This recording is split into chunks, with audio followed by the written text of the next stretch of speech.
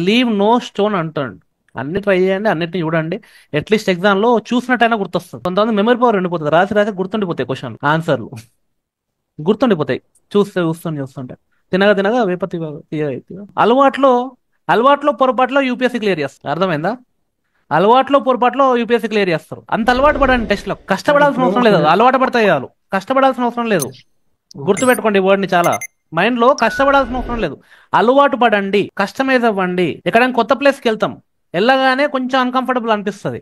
గంట 2 గంటలలో కాలు మీద కాలేసుకొని ఇట్లా పెట్టుకొని ఇట్లా చూసుకుంటారు, అలవాటు అయిపోయినాక కదా.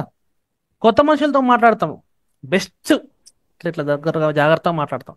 10 రోజులు అయిపోయినాక ఏమరా ఫ్రీ అయిపోతాం కదా. అలవాటు పడడం, ఆ ఫ్రీ అయ్యే ఆపర్చునిటీ మీకు మీరు ఇచ్చుకోండి. Spend more time with test. ఒక మనిషి నచ్చారు, అప్రోచ్ అయ్యి రోజు మాట్లాడతారు కదా వాళ్ళతో కదా.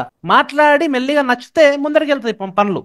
లవ్ అంటారు, పెళ్లి చేసుకుంటారు, అంతేనా? కానీ రోజు మాట్లాడితేనే కదా ఏటి అది. అంటే ఒక మనిషిని పడేయాలంటేనే మీరు రోజు మాట్లాడాల్సి వస్తుంది.